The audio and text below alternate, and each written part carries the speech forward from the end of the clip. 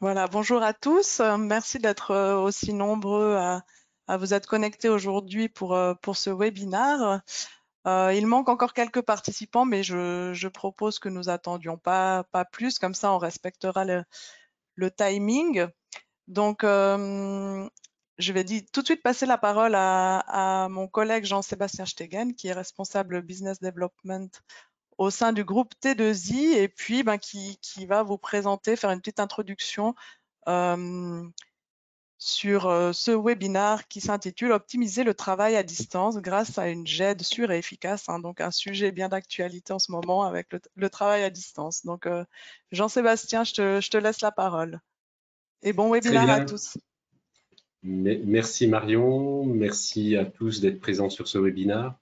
Le webinaire qu'on avait fait au mois de février concernait plutôt comment démarrer un projet GED et puis on vous avait promis une web démo. Et bien voilà, nous y sommes. D'ailleurs, de manière un petit peu anticipée, puisqu'on voulait la faire au mois de mai, finalement, on a avancé un petit peu cette date au mois d'avril. Le confinement ou le semi-confinement étant un bon sujet, d'ailleurs, pour la GED, pour le télétravail, on souhaitait justement pouvoir vous montrer un petit peu les applications que nous développons. Donc aujourd'hui, on va discuter, on va vous faire une web démo de Udoc Gestion, qui est une partie de la GED qu'on propose. Alors quelques mots peut-être avant d'entrer dans le vif du sujet, quelques mots sur l'éditeur. Le groupe T2I, donc on est éditeur et intégrateur de solutions depuis 1983, on est éditeur de logiciels, on est un des premiers éditeurs de logiciels en Suisse romande et dans les 20 premières plus grandes sociétés d'informatique en Suisse romande.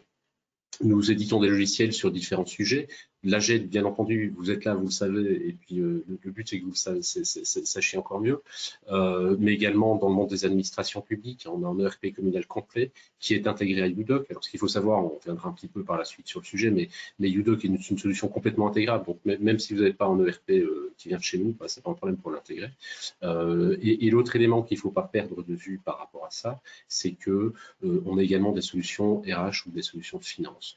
Groupe T2I est SwissMed Software, ça signifie que nos logiciels sont développés à la base en Suisse. Nous couvrons un territoire essentiellement commercial sur l'Europe francophone. Ça signifie que nous avons des bureaux à Paris, à Lyon, à Renan et à Sierre, où se situe d'ailleurs le headquarter. Et puis Udoc, c'est une solution qui est utilisée aujourd'hui par 2000 clients à travers ces différents territoires commerciaux et environ 250 000 utilisateurs. Alors, qu'est-ce que Udoc? Eh bien, Udoc, on peut considérer que c'est une GED complète. Alors, quand on parle de GED, très souvent, on se limite un petit peu à parler de la GED au niveau du classement du document. On a même des GED des fois qui font que de l'archivage ou le document EFI pas. Là, ici, pour le coup, le document EFI, c'est-à-dire qu'on va être capable de pouvoir modifier le document directement depuis Udoc. De toute façon, et bien entendu, modifier tout ce qui est indexation, toutes les informations de classement du document. Et au-delà de la GED qui se situe là, bien Udoc c'est une solution complète. On parle de solution complète et innovante, mais complète déjà pourquoi? Parce qu'on va être capable de pouvoir numériser les documents, donc pouvoir faire l'acquisition intelligente sur ces documents, pouvoir faire de la reconnaissance. Par exemple, sur la facture, on va reconnaître tout ce qui est en tête de page, les montants hors taxes, les montants avec la taxe, le montant de la TVA, les dates de pièces, les fournisseurs et ainsi de suite, et y compris bien entendu la reconnaissance à la ligne. On va également pouvoir partager ces différents documents au travers d'un workflow et bien entendu les stocker, les faire vivre, pouvoir échanger des documents Word, pouvoir travailler, collaborer sur des documents Word. Alors ça, c'est les fonctionnalités un petit peu standards d'une gestion électronique de documents dite complète. Et au-delà de ça, il y a d'autres éléments qui apparaissent, notamment les notions d'intégration. Udoc est une solution complètement intégrable sur les trois piliers qu'on voit ici, que ce soit sur la numérisation, sur la GED ou sur le workflow, c'est totalement intégrable à vos applications métiers. Une GED, en général, c'est une application qui est un peu satellitaire par rapport à votre core business. Et ce qui est important, c'est votre application métier. Donc, on a vraiment cette capacité de pouvoir intégrer. Notre métier étant éditeur et intégrateur, et bien pour nous, c'est vraiment notre métier de pouvoir intégrer à votre métier notre solution. La raison pour laquelle il y a bien entendu cette vue métier, qui est cette capacité que nous avons d'arriver avec des plans de placement prédéfinis et pouvoir vous les mettre à disposition directement, sans forcément avoir beaucoup de réflexion ou beaucoup d'analyse qui est faite.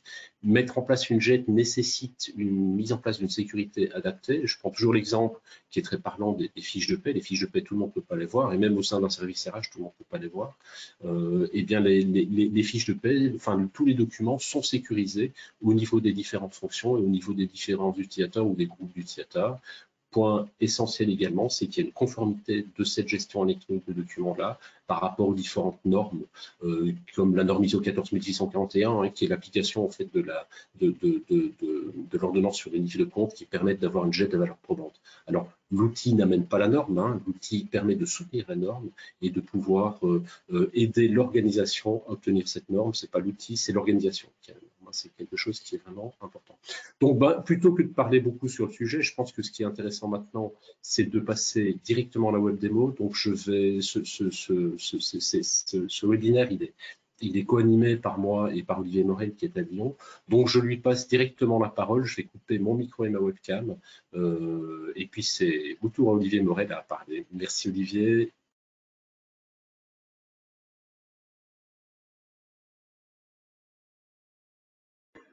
On va maintenant rentrer dans le vif du sujet avec la présentation des différentes interfaces de la solution UDoc. Donc, on accède à la solution depuis un portail web, comme vous le constatez, avec un portail qui va permettre d'agréger différentes solutions. Déjà, toutes les solutions du groupe T2I, je pense à la JET, je pense aussi à UDoc Circulation, et ça va être un portail qui va aussi pouvoir, le cas échéant, permettre d'accéder à d'autres applis, d'autres solutions web, métiers que vous avez certainement dans vos organisations.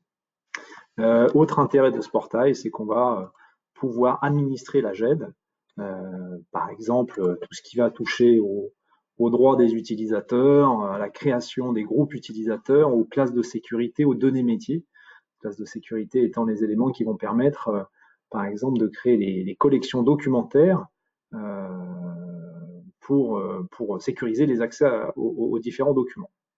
On aura aussi, par exemple, les services de monitoring qui seront gérés directement depuis cette interface. Donc, c'est un confort pour les DSI qui sont en charge d'administrer la solution.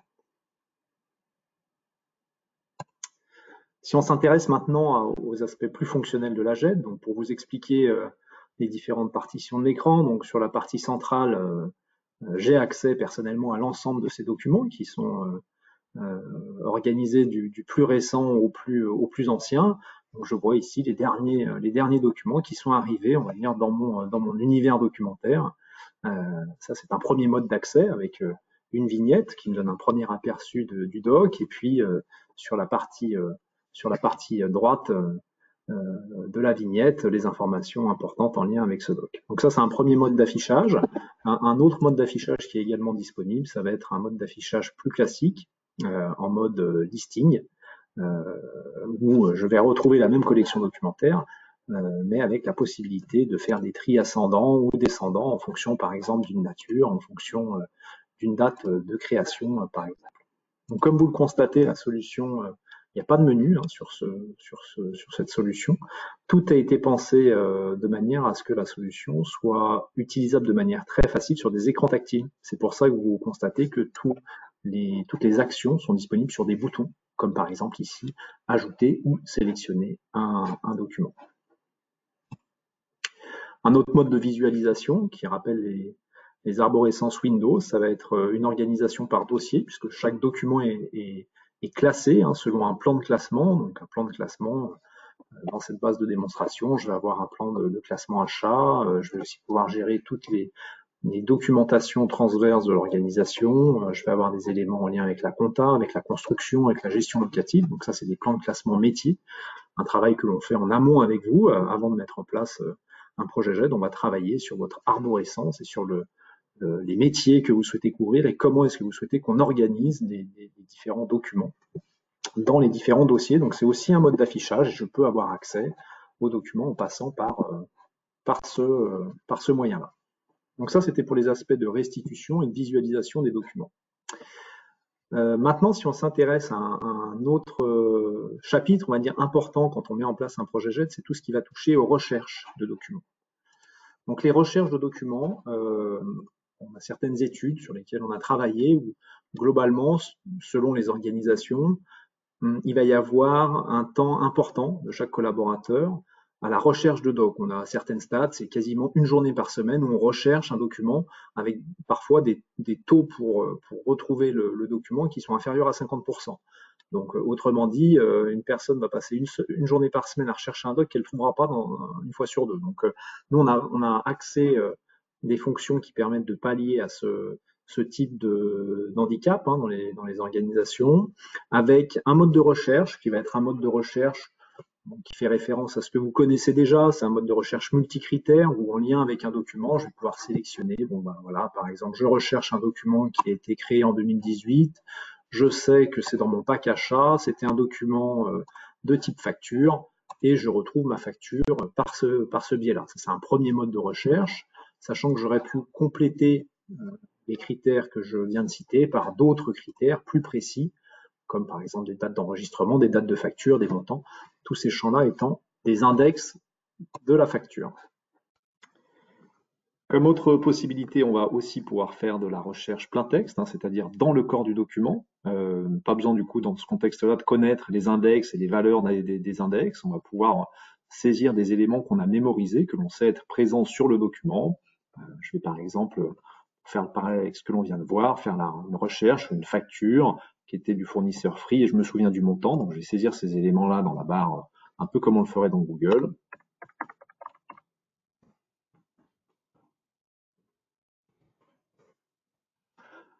Voilà, et le document facture du coup apparaît car ces éléments-là sont présents dans la couche texte.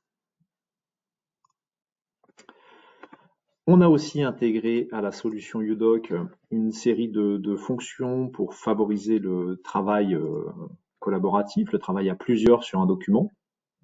Donc ce que l'on constate ici, c'est qu'on va aussi gérer le cycle de vie d'un des documents. On va avoir sur la partie basse différentes versions. Sur ce modèle de contrat, j'ai 2 versions périmées, une version validée. Et puis, on va pouvoir modifier le document directement depuis UDoc. Alors, l'avantage de faire une modif directement depuis la solution, c'est que on va tracer les événements et on va savoir qu'une personne a travaillé tel jour, telle heure sur le document. Donc là, j'apporte une modification qui est visuelle uniquement. L'avantage aussi de passer par la solution, c'est que pendant la modification, le document sera verrouillé pour les autres utilisateurs, ce qui évite de créer du coup des doublons. Comme autre possibilité, on peut ajouter des post-it numériques. Donc, admettons que j'ai modifié cette partie du doc, je vais pouvoir le mentionner par ce biais.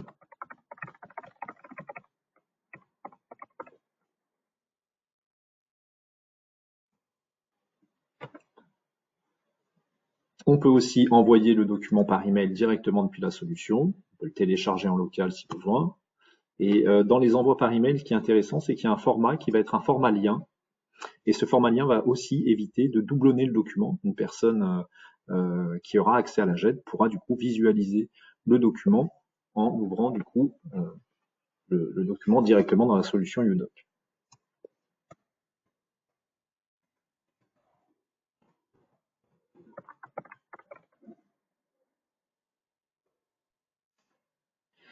Voilà pour les fonctions de travail à plusieurs.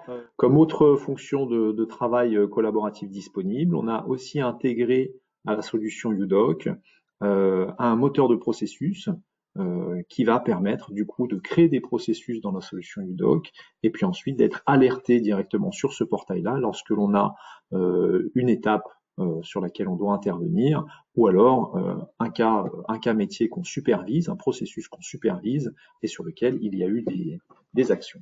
Donc voilà pour les fonctions de travail collaboratif. Aussi dans les nouveautés de cette version, on a la possibilité d'aller plus loin dans la personnalisation de l'espace de travail avec la création de recherches dédiées. Par exemple ici, j'ai un dossier financier sur lequel je travaille beaucoup en ce moment à propos d'un client. Je peux venir référencer les documents importants.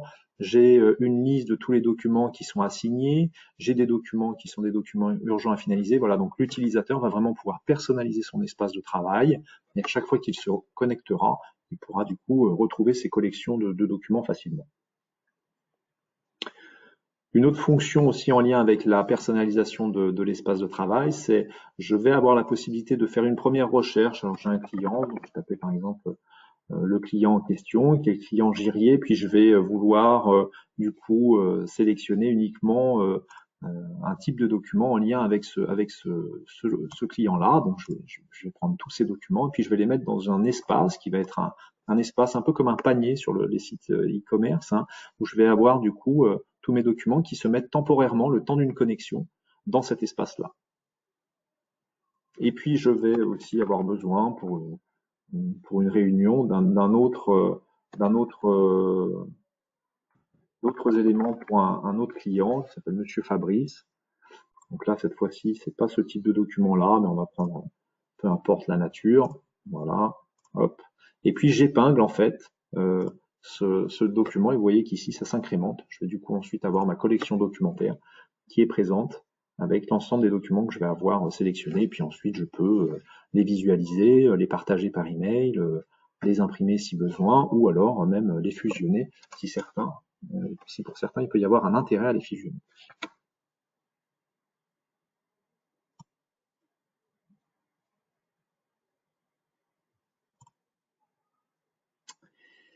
Enfin, dernière action disponible, hein, même si là je vous montre les fonctions principales, ça va être l'alimentation. Le fait, on en a parlé lors du slide d'introduction sur les différentes méthodes d'alimentation et à quel point l'alimentation était un point important dans un projet de GED. On va aussi avoir la possibilité de faire un ajout de documents unitaires de manière assez simple, hein. Je peux ajouter un document dans un dossier, je reste toujours sur le même client, et puis je peux le faire très simplement par copier-glisser, par exemple, hop, dans mon document, et puis je vais le positionner sur le dossier qui m'intéresse. À partir du moment où je vais avoir sélectionné la zone, vous voyez, j'ai un encadré vert en pointillé qui s'affiche, et je peux du coup, lorsque je lâche mon document, finir l'indexation par rapport au contexte du coup dans lequel j'ai déposé mon document, où il a bien sûr reconnu le dossier en question. Voilà, merci Olivier pour cette présentation. Je propose de repasser la parole à Jean-Sébastien pour une petite conclusion. Et puis, on a oublié de vous le dire, mais effectivement, vous avez la possibilité de poser des questions. Là, vous avez un onglet questions chat. Donc, n'hésitez pas à nous poser vos questions suite à cette petite démo et puis à l'introduction de Jean-Sébastien. Et puis, nous y répondrons tout à l'heure. Donc, Jean-Sébastien, je te repasse la parole. Merci Marion, merci Olivier. Donc voilà, en conclusion, vous voyez que UDoc, en fait, on a vraiment mis un accent sur la facilité d'utilisation de l'application, sachant que ça vise tous les utilisateurs et que derrière, une GED, c'est pas toujours facile à mettre en place pour un certain nombre d'utilisateurs parce que ça nécessite beaucoup de gestion de changement. Et plus l'application est facile à utiliser, moins la gestion de changement sera importante et surtout plus l'adhésion sera faite au niveau de l'outil. En conclusion, je dirais, c'est des choses qu'on n'a pas pu vous montrer d'une manière très claire parce que c'est assez compliqué de pouvoir montrer ça dans une démo qui plus est web, mais c'est clair qu'à un moment donné, on parle de sécurité. Donc, tous les documents que vous avez vus, ce sont des documents auxquels Olivier pouvait accéder et que lui pouvait accéder. Les autres documents qui n'ont pas pu être vus, c'est parce qu'il ne peut pas y accéder tout simplement. Hein, il y a également tout un aspect de valeur probante qu'on n'a pas pu vous montrer, mais qui est important. Donc, ça signifie qu'un document, une fois que vous le numérisez, on a cette capacité parce qu'on met en place les différents principes qui sont importants dans la norme ISO 14641 pour pouvoir détruire des documents et pouvoir les conserver uniquement de manière électronique et conserver quand même la valeur légale et la valeur probante du document. Ce qui veut dire que en fait, on respecte les prescriptions qui sont données par l'ordonnance sur les listes de comptes, par le LICO. Donc voilà. Je ne sais pas, Marion, s'il y a déjà des questions, donc on peut peut-être enchaîner sur cette partie-là directement.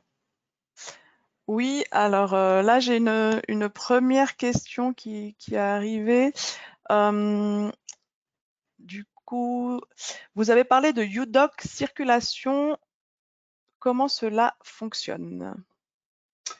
C'est une très bonne question. C'est vrai qu'on en a parlé. Alors déjà en termes d'ergonomie, on va pas être dépaysé entre UDoc gestion et UDoc circulation. C'est basé sur le même principe. Hein.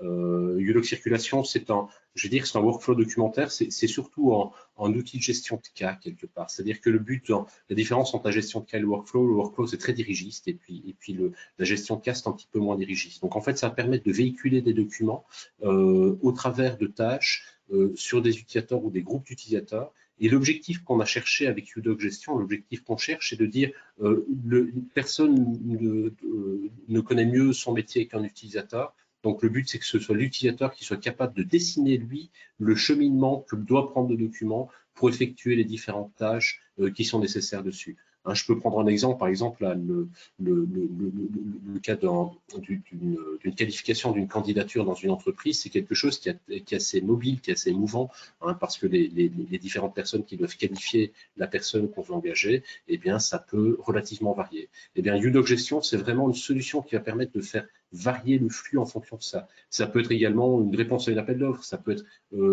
tous les documents qui nécessitent en fait une interaction entre différents utilisateurs et surtout une orchestration, une coordination de ces utilisateurs-là et qui doivent être véhiculés. Eh bien, UDoc Circulation est vraiment fait pour ça et c'est très très simple à utiliser. On reste dans les mêmes ergonomies, dans les mêmes principes. Voilà, pour répondre à cette question, je ne sais pas s'il y a d'autres questions, Marion. Oui.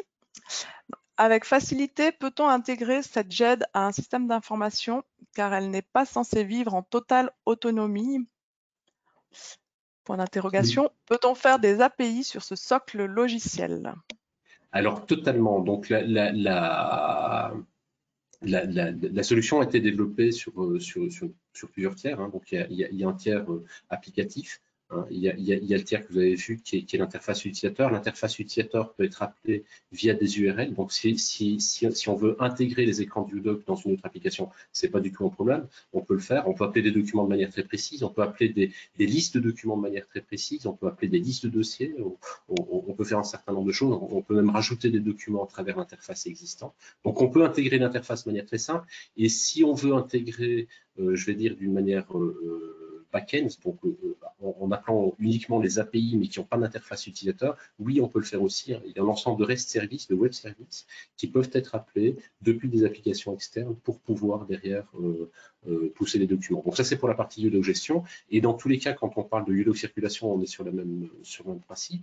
Et si je reviens un tout petit peu en amont dans le processus documentaire qui est la dématérialisation et la numérisation, oui, tout à fait, on peut également piloter des applications depuis UDoc acquisition, hein, qui permet de faire la numérisation. Bah, typiquement, quand je scanne une facture, je reconnais des données qui sont dessus. Le but, c'est pas de ressaisir les données dans l'outil comptable, mais c'est de pousser ces données qui ont été reconnues par UDoc acquisition. Donc oui, totalement, c'est totalement intégrable. Et puis c'est un des fondamentaux, on va dire, du groupe T2I, c'est que toutes nos applications sont développées sur cette logique-là. Une autre question. Bonjour, nous allons installer UDoc à la commune de Crissier. Combien de jours de formation prévoir pour tous les collaborateurs et faire le tour de UDoc? Alors, je ne vais pas me prononcer sur cette question-là. Je ne connais pas votre dossier, malheureusement. Mais ce que je vous propose, c'est éventuellement qu'on se contacte pour justement pouvoir prévoir tout ça. Je pense que ce sera plus adapté de répondre individuellement à cette question qui est très précise et puis qui vous concerne directement. Question suivante. Quand vous installez UDoc, ceci comprend la circulation, la GED, donc tous les éléments présentés aujourd'hui? Oui, alors oui, ça peut être le cas. En fait, tous ces logiciels sont soumis à licence et puis ce sont des modules que vous pouvez acquérir ou non. Hein, mais si vous faites l'acquisition de l'ensemble des modules, on les installe tous en même temps, oui, bien sûr. Les données sont-elles enregistrées sur le serveur du client ou dans le cloud de T2I? Les deux options sont possibles. Nous pouvons avoir, donc c'est une solution qui peut s'installer on-premise chez vous et uniquement chez vous. Et dans ce cas-là, il n'y a aucun échange avec des clouds privés ou des clouds publics. Hein. Ou éventuellement, on peut également proposer l'hébergement de notre solution ou la solution en mode SaaS. Et dans ce cas-là, bah, la solution est hébergée chez nous. Hein. Peut-être par rapport à ça, il faut noter que nous sommes ISAE 3402. Hein, de type 2. Donc, ça signifie qu'on respecte un certain nombre de normes de sécurité, on va dire comme ça, hein, qui fait que les données qui vous appartiennent sont les données qui vous appartiennent, même si elles sont chez nous. C'est comme si vous étiez locataire d'un appartement. Ben, fondamentalement, vous êtes locataire d'un appartement, donc vous payez une location, mais vous êtes quand même bien chez vous. C'est exactement le même principe. Globalement, les deux solutions existent. Question suivante. Qu'en est-il de la signature électronique si on a déjà un provider de signature dans notre écosystème? Eh bien, nous intégrerons votre provider de signature électronique dans ce cas-là. C'est ça que ça veut dire. Alors, quand on parle de signature électronique, il n'y en a pas que d'un seul type, il y en a plusieurs types. Il y a la signature électronique d'organisation qui va en fait, qui est l'équivalent d'un sceau, qui est le stempel qu'on va mettre, mais qui est un stempel électronique. Donc là, typiquement, il y a un projet qui me vient en tête qu'on a mis en place très récemment. Tous les documents qui sortent d'une organisation sont stampelisés, je vais dire ça comme ça, de manière électronique avec Covadis. Donc nous, on intègre cette solution de Covadis. Maintenant, ça peut être sur d'autres contextes, ou dans ce cas-là, on intégrera d'autres contextes. Dans tous les cas, ça, c'est de la signature électronique en masse qu'on fait sur des documents qu'on produit, sur de la signature électronique individuelle, donc qui me permettent de garantir que je suis Jean-Sébastien Stegen et que j'ai signé le document à un moment donné, à un moment bien précis. Et quand j'ai signé, je pouvais signer ce document. Là, on va reprendre des documents que vous avez signés et puis les intégrer dans UDoc comme s'ils avaient été signés avec notre propre solution. C'est le problème. Il n'y a pas de problème par rapport à ça. La question suivante, je pense que je peux y répondre. Donc, on me demande si la web démo sera disponible en téléchargement. Donc, effectivement, vous recevrez un lien qui vous permettra de visionner la présentation en replay. Donc, vous recevrez cet email d'ici à demain, je pense. Mais on a encore d'autres questions qui arrivent, qui sont plus pratiques. Oui. Est-ce que vous offrez des solutions spécifiques aux fiduciaires pour échanger des documents avec leurs clients, type un portail d'échange? Oui, je vois ce que c'est comme solution. Alors, à ce stade, nous n'avons pas de plateforme d'échange directement avec les clients dédiés pour les fiduciaires. Par contre, ce sont des technologies qu'on utilise, notamment dans le cadre de groupes d'assurance où le volume étant important, c'est le groupe d'assurance qui développe lui son portail basé sur UDoc et qui échange les documents basés sur UDoc. Peut-on faire de l'extraction de données depuis des fichiers PDF-A? Si oui, comment ou depuis quel outil? Oui, on peut, depuis UDoc Acquisition. Le fait que ce soit du PDF-A ou pas, c'est d'ailleurs pas tellement un problème. C'est un format de fichier fondamentalement. Et l'extraction de données ne va pas aller modifier le PDF-A. Alors peut-être juste une petite note sur le PDF-A. Le PDF-A, c'est une norme ISO qui est de la norme ISO 19005, qui est en fait un format de stockage équivalent du PDF 1.4. Qui permet de garantir une visibilité long terme, une lisibilité long terme du document. C'est pour ça que c'est en fait isonormé. Il y en a 3 d'ailleurs, il y a la A1, la A2, la A3. Et pour nous, c'est absolument pas un problème de pouvoir extraire des données avec UDoc Acquisition si par exemple on a un gros volume, ou même avec un autre module qui s'appelle PDF Splitter, qui va permettre d'aller rechercher de l'information textuelle et de pouvoir utiliser cette information-là plutôt à des fins d'indexation dans UDoc d'ailleurs que des fins d'alimentation peut-être dans l'outil métier. Voilà, j'ai encore quelques questions. Après, je propose peut-être qu'on s'arrête là et qu'on prendra bien sûr le temps de répondre à toutes les questions par email. Là, je vais encore en prendre 2 ou 3. Donc, une question, votre solution supporte-t-elle de gros volumes documentaires? Alors, sans aucun problème, et puis elle est vraiment conçue pour. Alors, c'est vrai que groupe T2I, on est présent dans des administrations communales, peut-être des fois de taille un peu petite, des fois de taille un peu grande. On est présent dans des entreprises de taille moyenne ou des grandes entreprises. Et aujourd'hui, le volume documentaire, on est capable d'adresser 300 millions de documents. Je pense notamment dans le monde de l'assurance, où il y a des volumes documentaires qui sont importants dans tous les documents qui rentrent et tous les documents qui sortent. Voilà, je donne un chiffre, 500 millions de documents. Pour nous, ça ne fait vraiment pas peur. On est capable de les indexer, de les traiter, avoir des performances identiques à celles que vous avez vues, où il n'y avait que quelques documents qui se couraient après, j'ai envie de dire. La solution est conçue de bout en bout pour ce genre de volume de documents. Et qui peut le plus, peut le moins. Donc, si on est capable de traiter un gros volume documentaire, des petits volumes, c'est pas du tout un problème. Il faut prendre note quand même par rapport à ça, c'est que l'infrastructure qui est mise à disposition, elle doit être en conséquence aussi des volumes qui existent, ne fût-ce que pour l'espace de stockage, quand on parle de 300 000 ou de 300 millions ou de 500 millions de documents, on parle de dizaines de terabytes de stockage. Donc, voilà. il faut que tout suive derrière, mais nous, de notre côté, on a vraiment annexé, on a vraiment fait en sorte d'avoir un moteur et d'avoir une solution qui est capable de répondre à ça, y compris d'ailleurs en ayant intégré des moteurs de recherche qui sont des moteurs big data, qui est la limite des solutions relationnelles type SQL Server ou Oracle sur ce genre de sujet. Donc, on a intégré des moteurs big data pour être capable justement d'adresser des gros volumes documentaires. Encore une question. À qui se destine principalement UDoc? Des métiers en particulier, une taille d'entreprise cible? Fondamentalement, il n'y a pas un métier précis pour lequel il est destiné UDoc. Je pense que UDoc peut adresser tout type de métier. D'ailleurs, c'est une GED. Quand on parle de GED, c'est quelque chose de très transverse qui peut adresser tous les métiers. La problématique documentaire, elle existe dans toutes les entreprises. Et voilà, il n'y a pas de cible bien définie ou bien précise de UDoc. C'est vrai qu'aujourd'hui, nous, on est très présent historiquement. Alors, si je prends le côté français dans l'immobilier social, si je prends le côté suisse, dans tout ce qui est RH, dans tout ce qui est administration publique, mais également dans tout ce qui est banque et assurance, mais fondamentalement dans le monde de la construction aussi, mais fondamentalement, UDoc peut être utilisé par toute entreprise, sachant que quand je dis ça, je pense à quelque chose de très précis, c'est que le plan de classement de UDoc, c'est un plan de classement qu'on va travailler avec le client. Donc, à un moment donné, quand on va définir des natures de documents, des métadonnées, des types de mots-clés, on va définir ce qui lui convient et ce qui lui permet de faire son travail au quotidien. Et généralement, d'ailleurs, on ne vient pas les mains vides, on vient déjà avec des propositions très concrètes, histoire de pouvoir peut-être commencer à mettre en place la GED et puis l'enrichir au fur et à mesure, parce qu'un plan de classement, même s'il ne peut pas trop bouger, parce que c'est jamais bon quand il bouge trop, mais fondamentalement, un plan de classement, il doit vivre. Donc, à un moment donné, vous allez voir, il manque des types de documents, on va les rajouter, ou il manque des mots-clés, on va les rajouter, et ainsi de suite.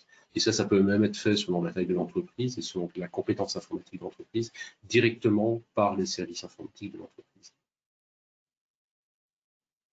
D'autres questions? Encore une question. Est-ce que la solution fonctionne sur tous les devices? Elle fonctionne, oui, elle fonctionne sur tous les devices, donc on est compatible. Alors, ce que j'ai pas précisé, et j'aurais dû commencer par là, c'est une solution qui est 100% web.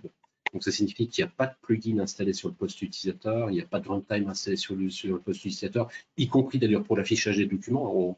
Quand on affiche un document, on ne télécharge pas pour l'afficher, on l'affiche directement en fait à travers le browser. Et puis les browsers qui sont supportés aujourd'hui, c'est Chrome et Edge. Internet Explorer est encore un tout petit peu supporté, mais comme il est annoncé en fin de vie de la part de Microsoft, c'est pas là qu'il faut aller, c'est plutôt sur des Chrome, des Firefox ou des Safari pour la partie Apple. Et puis aujourd'hui, on peut adresser autant des terminaux mobiles que des ordinateurs portables ou des ordinateurs tout à fait normaux. Encore une dernière question qui vient de tomber. Au niveau de la réglementation, comment se gère l'archivage des documents? Obligation de garder 5 à 10 ans, etc. Alors, sur les obligations de conservation du document, là, on parle d'un calendrier de conservation qui va permettre de gérer les délais de rétention du document par rapport à la date d'entrée du document. Si je prends par exemple une facture, quand elle rentre, une facture sous pièce comptable, et ce qui est important dans cette pièce comptable, c'est que c'est surtout ce qui va permettre de matérialiser l'écriture comptable qui est au niveau de votre système. Donc, il faut la garder 10 ans, mais en fait, quand je dis 10 ans, c'est 10 ans à partir de la clôture de l'exercice comptable. Donc, en fait, réellement, 11 ans depuis son entrée. Donc, dans le système, qu'est-ce qu'on va faire? On va configurer un délai de conservation de 11 ans. Et puis, au bout de 11 ans, cette facture sera entre guillemets libéré, c'est-à-dire qu'il y a un sort final qui va être défini dessus. Ce sort final, ça va être peut-être la conservation sur un système d'archivage tiers, ou ça va peut-être être la conservation dans le doc, ou ça va peut-être être la destruction du document, parce qu'il n'y a pas de raison de garder une facture de plus de 11 ans. Mais on va gérer cette conservation du document au sein du logiciel directement, en précisant le délai de rétention, la péremption quelque part du document. D'autres questions? Voilà, de mon côté, j'ai plus de questions. Alors peut-être qu'on peut encore attendre 1 ou 2 minutes si quelqu'un a une petite dernière question. Mais alors dans tous les cas, il ne faut pas hésiter. Vous avez mon adresse email qui est affichée depuis un moment, donc vous pouvez franchement m'envoyer un email et puis me poser des questions. Je me ferai un plaisir d'y répondre. elles peuvent venir aujourd'hui, demain, ou la semaine prochaine. Hein, c'est pas un souci, n'hésitez pas à nous contacter. On est là pour y répondre. Voilà.